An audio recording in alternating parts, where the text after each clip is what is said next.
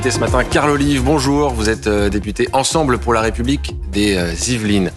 On attendait le gouvernement hier. Finalement, l'annonce a encore été repoussée. On nous parle maintenant d'une annonce possible aujourd'hui.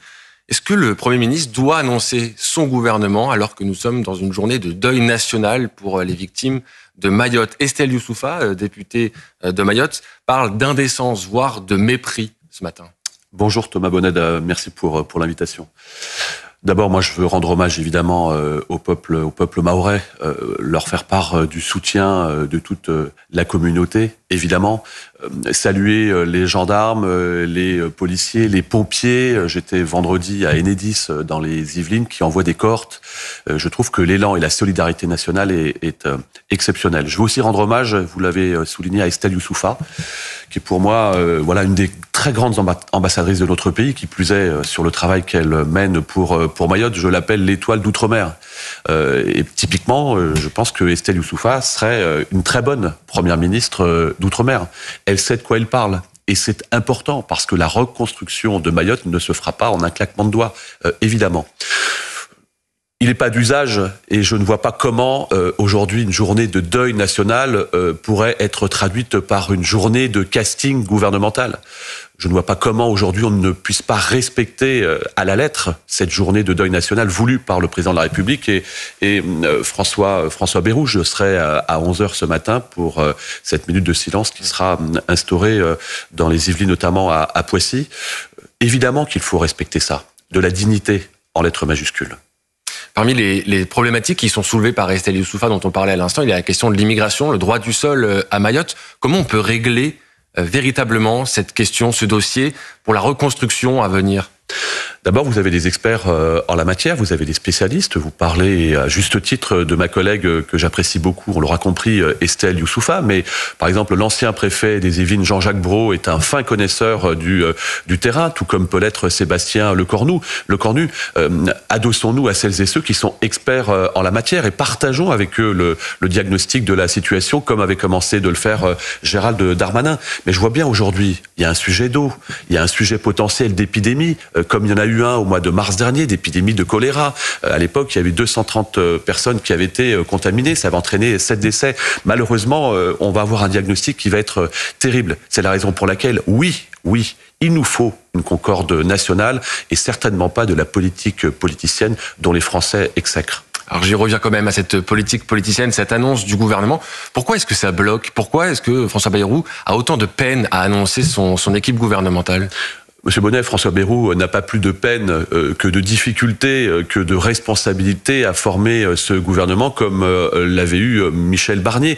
Composer un gouvernement avec l'exigence des Français qui nous réclament de pouvoir nous entendre, qui est une première dans la Ve République, c'est-à-dire qu'il n'y a pas de majorité à l'Assemblée, mais des minorités qui entraînent une majorité, fait que définitivement, et je le redis une énième fois, il faut que les partis politiques comprennent que le pays doit passer avant les partis. Si on ne comprend pas ça, alors on pourra voir Monsieur Barnier, Monsieur Bayrou, une autre première ministre le cas échéant, ça ne fonctionnera pas. Il y a une grande responsabilité de la part des partis politiques. Et ensuite, le moment venu, il y aura des séquences électorales et les Français choisiront et éliront qui ils souhaiteront. Il faut qu'il y ait des personnalités connues au sein de ce gouvernement. Les noms de Xavier Bertrand ou encore Gérald Darmanin sont régulièrement cités pour entrer dans cette équipe. Vous êtes favorable à ce qu'il rentre au gouvernement ?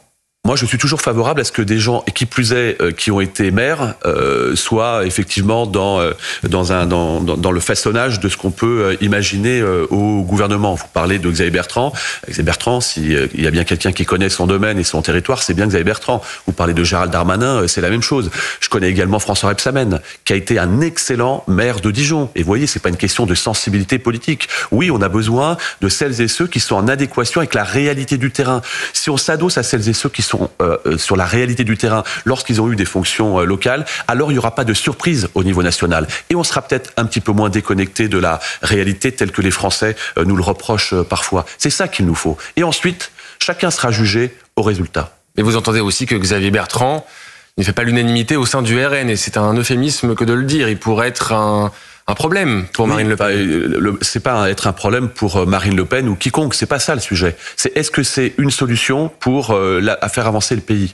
Moi j'ai toujours dit que quel que soit le Premier ministre, et disons-le aujourd'hui monsieur Bonnet dans cette 17e législature, soutenir le gouvernement, c'est faire avancer la France et c'est ce qu'attendent les Français. Nous en sommes là aujourd'hui. Et c'est finalement mettre en place un nouveau logiciel, comme ont pu le mettre en place les voisins européens. On n'est pas un microclimat. De la même manière que ici en France, on fait une retraite, un départ en retraite à 64 ans, on n'est pas un microclimat. C'est 65, 67 chez les voisins européens. Et on souhaiterait la remettre à 62 ou 60 ans. Il faut arrêter. Il serait peut-être temps d'ouvrir les yeux et puis d'écouter tout le monde en stéréo. J'entends ce matin votre appel à l'unité sur CNews et sur Europe 1, mais force est de constater que le socle sur lequel va s'appuyer François Bayrou est finalement le même que Michel Barnier. Le Parti socialiste ne participera pas à cette coalition gouvernementale. Est-ce que c'est un échec pour le Premier ministre ? C'est pas un échec pour le Premier ministre. Le Parti socialiste prend ses responsabilités. Le Parti socialiste, c'est formidable, veut pas participer.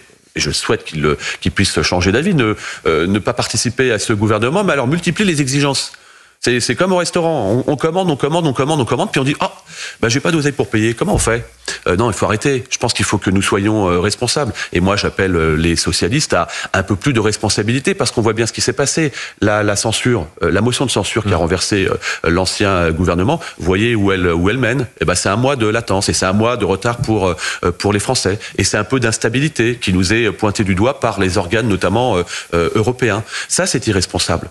Encore une fois, chacun sera jugé au résultat et les Français seront les garants de cela. Puisqu'on parle du casting de cette prochaine équipe gouvernementale, il y a un homme qui devrait rester, a priori, c'est Bruno Retailleau, ministre de l'Intérieur démissionnaire. Dans une interview chez nos confrères du Journal du Dimanche, il dit vouloir des mesures fortes sur l'immigration. Ce sont les garanties qu'il a demandées à François Bayrou. Est-ce que votre groupe, Ensemble pour la République, présidé, je le rappelle, par Gabriel Attal, est prêt à s'engager dans cette voie ? Est-ce que vous pouvez assurer que Bruno Retailleau aura le soutien total de ce groupe ? Alors, moi, je suis pas Gabriel Attal, je suis pas porte-parole du groupe. Je suis moi, les autres sont déjà pris. Donc je vais vous dire ce que je pense moi. Je pense que c'est un très bon choix que Bruno Retailleau soit Premier ministre, soit ministre de l'Intérieur. Parce que les quelques mois, les quelques grandes semaines qu'il a pu passer en tant que ministre de l'Intérieur ont été salués sur le terrain. Et moi, j'écoute le terrain. Et moi, je vois bien qu'on a besoin effectivement de mesures qui mettent en place la réciprocité entre les droits et les devoirs. Le sujet de l'immigration, c'est pas un sujet, je dirais, ultra prioritaire, mais c'est un sujet qui fait que les lois, on ne les interprète pas, on les applique. Et c'est ce que souhaite M. Retailleau. Je disais en coulisses tout à l'heure que lorsque j'étais maire de Poissy, on a baissé la délinquance juvénile de près de 30%. Avec des outils, avec des opérations qui faisaient que on était dans la réciprocité entre les droits et les devoirs. Et on n'a pas oscillé entre laxisme et impunité. C'est ça ce qu'attendent les Français. Et donc, je pense que Bruno Retailleau, mais on pourrait parler dans d'autres domaines, Rachida Dati, on pourrait parler également dans d'autres domaines de gens comme Sébastien Lecornu. Voilà des personnes qui savent de quoi ils parlent, et voilà des personnes qui incarnent, je crois, ce qu'attendent également les Français. Je pourrais citer d'autres collègues, on n'a pas de gauche, par exemple, Jérôme Guedj serait un très bon ministre. Karim Bouamram. Vous l'appelez ce matin, Jérôme Guedj a accepté une éventuelle offre de François Bayrou ? Encore une fois, on n'est pas sur un truc de casting, c'est pas le Cluedo là. Mais typiquement, Karim Bouamran, le maire de Saint-Ouen, que je connais très bien, avant même qu'il ait été maire, voilà des gens qui devraient s'engager. Pourquoi ? Attention, les trains ne passent pas deux fois.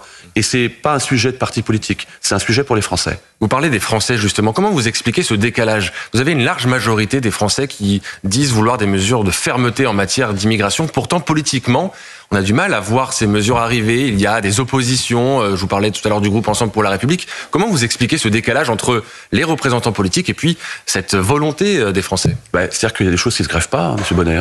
C'est ça le sujet. Il y a des choses qui se greffent pas. Et pourtant, quand vous êtes maire, que vous êtes député, que vous êtes ministre, on doit être en face de la réalité. On doit mettre nos actes face à nos mots. C'est pas toujours le cas. Et quand on tergiverse, à un moment donné, on est rattrapé par la patrouille et on se retrouve avec une dissolution et on se retrouve avec un pays qui est en pleine instabilité. Moi, j'appelle à de la clarté. Il nous faut de la clarté dans ce domaine comme dans d'autres. Mais je ne brandis pas l'épouvantail de l'immigration. Les Français, qu'est-ce qu'ils veulent ? Ils veulent être protégés. Les Français, ils veulent être respecter. Il nous faut restaurer l'autorité de l'État dans toutes les strates de la société, que ce soit avec les élus, que ce soit avec les policiers, avec les pompiers, avec les enseignants, et je vais même vous dire, les citoyens entre eux. Parce que la France est un beau pays. Ce serait bien qu'on puisse lever un tout petit peu la tête parfois par rapport à cela. Tout n'est pas parfait, mais la France est un beau pays. Et la France mérite de rester la France. Face à cette instabilité politique, il y a deux partis qui semblent se préparer pour une éventuelle présidentielle anticipée. Il s'agit de la France Insoumise et du Rassemblement national. Comment vous voyez ces deux partis qui envisagent que l'élection présidentielle intervienne avant 2027? Écoutez, la France Insoumise comme le Rassemblement national, s'ils veulent préparer 2027, c'est leur sujet. Pardonnez-moi, moi c'est pas le mien. Moi, notre sujet principal, c'est déjà de préparer les quelques mois qui viennent, de faire passer un budget. Pas pour nous, pour les Français, encore une fois. C'est ça notre intérêt premier. Et puis derrière, être suffisamment clair. Encore une fois, je vous le dis, Monsieur Bonnet, être suffisamment clair. Pourquoi ?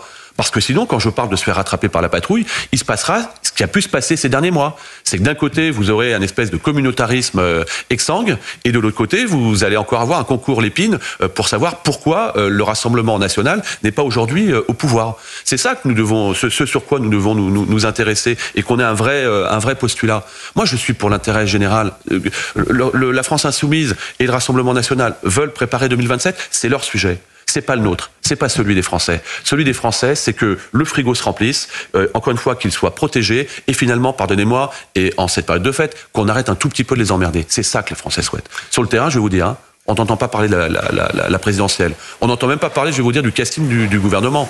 Donc les Français, si on peut leur lâcher un petit peu les baskets, c'est bien aussi.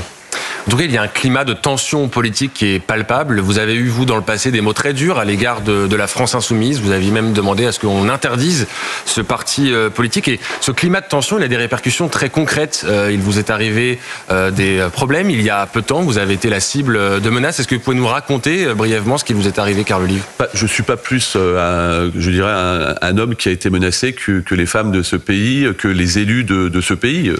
Pour la troisième fois, j'ai eu des menaces de mort 3 jours consécutivement, et j'ai envie de dire malheureusement, parce que je suis triste pour ce monsieur qui n'est pas bien.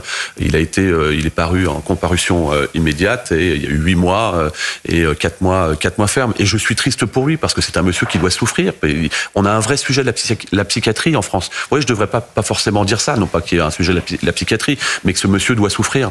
Et je pense qu'on devrait aussi en faire une grande cause nationale. Maintenant, quand un élu est attaqué, je le redis, quel qu'il soit, quand un élu est attaqué, c'est la République qu'on attaque, c'est la France qu'on blesse. Et tous les élus devraient se manifester par rapport à cela. Et permettez-moi je le dis, comme pour les citoyens, remercier les forces de sécurité, Monsieur le Préfet, la justice, pour la célérité dont ils ont fait preuve cette fois-ci. Carl Olive, vous êtes un homme de terrain, on en parlait. On va approcher du réveillon de Noël. Il va peut-être être question de politique à table. À votre avis, de quoi les Français vont parler lors de ce réveillon ? Est-ce que le lien entre la politique et les Français est un peu distendu, justement à cause de cette instabilité, à votre avis ? Un bon foie gras, avec un bon chutney, avec du gros sel, qu'on peut trouver, avec des coquilles Saint-Jacques. Elles ne sont pas toutes très chères. Il y a des affaires à faire aujourd'hui. J'en profite pour dire que consommer français, c'est aussi une belle chose, parce que l'art de la table, c'est quelque chose, et c'est d'abord, je crois, cela sur lequel il faut penser, et puis avoir une pensée pour toutes ces personnes qui malheureusement souffrent dans notre beau pays, et elles méritent notre attention. C'est la raison pour laquelle samedi, par exemple, j'étais avec les Toits du Cœur, avec les opérations du Rotary. C'est ça aussi, s'engager. Je dis souvent qu'aimer les gens, ça s'apprend pas dans le dictionnaire. Il y a les sujets de préoccupation des Français qui vont exploser pendant ce réveillon. À votre avis, c'est quoi ? C'est le pouvoir d'achat ? C'est la dette de la France, par exemple ? Je pense que c'est d'abord le pouvoir d'achat avant la dette de la France. Quand on a été maire d'une collectivité, c'était surtout voir comment on pouvait satisfaire nos administrés. Le désendettement des collectivités venait sur l'échelle de la hiérarchie, mais n'était pas dans le top 3, si je dois vous dire les choses. Merci beaucoup, Carl Olive, d'avoir répondu en direct à nos questions, en direct sur CNews et sur Europe 1. Et bonne fête, joyeux Noël à vous, Carl Olive. Merci à vous.